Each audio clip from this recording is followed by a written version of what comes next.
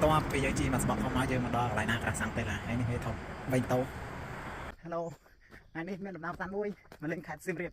ហើយនេះគឺជាការចុះពីលើភ្នំ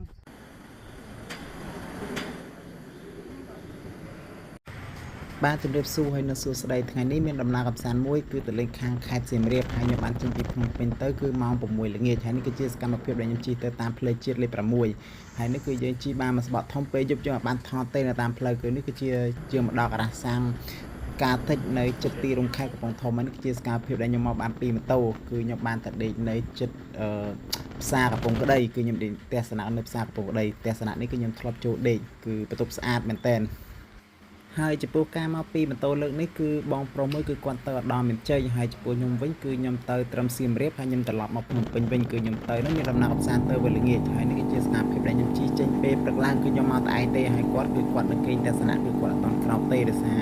គាត់ជិះហត់ដោយសារគាត់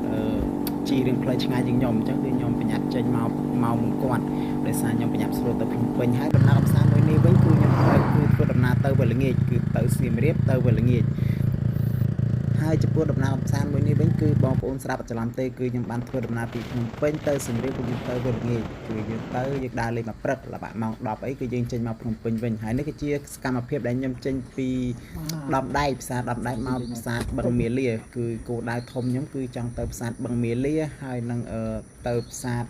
តាព្រំដើម្បីមើលទេសភាពនៅទីនេះហើយនៅទេសភាពនៅបឹងមាលាវិញទេសភាពគឺស្អាតមែនតើស្អាតដូចគេថតរូបដូចគេនិយាយមែនគឺទៅដល់ជាក់ស្ដែងគឺស្អាតហើយនេះគឺជាសកម្មភាពដែលខ្ញុំទៅដល់ពេលព្រឹកម៉ោង6ម៉ោង7ព្រឹកគឺខ្ញុំទៅដល់នោះហើយគឺអត់មានមនុស្សទេគឺស្ងាត់ឈឹងគឺស្ងាត់ល្អណាស់នៅទីនេះបើសិនជាមានភ្លៀងធ្លាក់អីគឺទេសភាពស្អាតយកតែមែនតែនតែពេលខ្ញុំទៅដល់នេះគឺអត់មានភ្លៀងធ្លាក់ទេគឺមេឃបើកថ្ងៃរះគឺល្អមែនតែន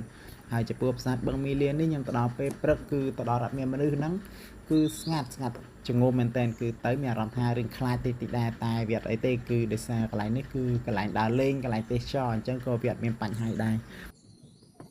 ហើយចំពោះការធ្វើដំណើរពីភ្នំពេញទៅខាងខេត្តសៀមរាបគឺយើងទៅដេកពាក់កណ្ដាលផ្លូវនោះគឺយើងជិះមានរយៈពេល75ម៉ោងដោយសារអីយើងជិះលេងយើងអត់ហ៊ានជិះលឿនទេដោយសារយើងជិះពេលយប់ហើយណាមួយម៉ូតូយើងជាម៉ូតូកម្លាំងទូចអញ្ចឹងយើងជិះលេងទេគឺយើងធ្វើម៉េចទៅដល់ពេលគោលដៅយើងពេលព្រឹកឡើងដើម្បីមើលទេសភាពពេលព្រឹកឡើង